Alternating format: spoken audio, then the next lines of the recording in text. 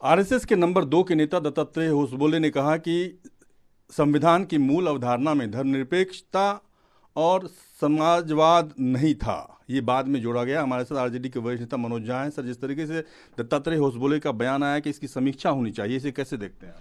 ये मैं समझता हूँ कि इग्नोरेंस कई लोगों के लिए ब्लिस हो जाता है।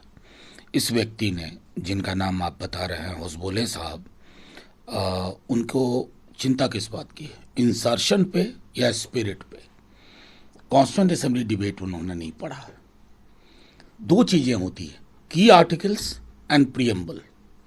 की आर्टिकल्स में चाहे समाजवाद हो, 39 जो डायरेक्टिव प्रिंसिपल्स उसको पढ़ ले वो।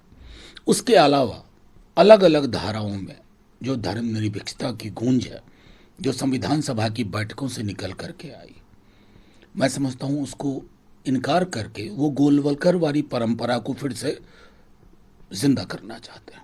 15 का विधानसभा चुनाव, मोहन भागवत जी ने कहा आरक्षण की समीक्षा। 24 का लोकसभा चुनाव, 400 पार, संविधान बदल जाएगा। प्रधानमंत्री जी के मुख से जो उवाच बढ़िया बढ़िया बातें निकली थी, उपहास उड़ाना जातिगत जनगणना का। मैं आपको ये सिलसिलेवार ढंग से बता रहा हूं कि ये लोग बंच ऑफ थॉट वाली परंपरा के लोग हैं। और मैं तो आग्रह करूंगा, होसबोले साहब, पढ़ाई लिखाई और समझ कॉन्स्टिट्यूएंट असेंबली डिबेट्स की बेहद आवश्यक है। उसी से संविधान निकला है। उसके बगैर संविधान को आप समझ नहीं पाएंगे, उसके मर्म को नहीं समझेंगे। और हाँ, हाल के दिनों में गोपाल कृष्ण गांधी की बड़ी प्यारी किताब आई है, अनडाइंग लाइट। अगर वो देखें इनको तो मैं भिजवा भी दूंगा। पढ़ेंगे तो पता चलेगा कि ये हिंदुस्तान जो कारवां है ना, ये बना कैसे।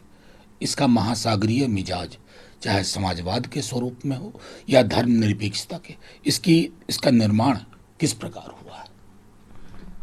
आपको लगता है कि आरएसएस के नंबर 2 के नेता हैं दत्तात्रेय होसबोले, उनकी बात को हल्के में तो नहीं लिया जा सकता। उन्होंने आपातकाल के 50 साल पूरे होने के मौके पर एक कार्यक्रम में ये बात कही और उनका ये कहना था कि बाबा साहब अम्बेडकर ने जो संविधान बनाया उसमें समाजवाद और धर्मनिरपेक्षता का जिक्र नहीं था। मैंने कहा ना कि उनको इतना पता नहीं है कि आर्टिकल्स और प्रीएम्बल का फर्क।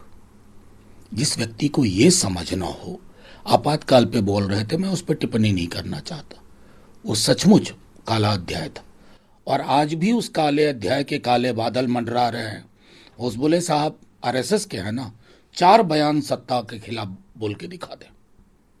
मैं बता रहा हूं क्या क्या झेलना पड़ेगा। वो उन युवकों से पूछिए जो अपने नाम और सरनेम की वजह से जेल में सर रहे हैं, सुनवाई तक नहीं हो रही है।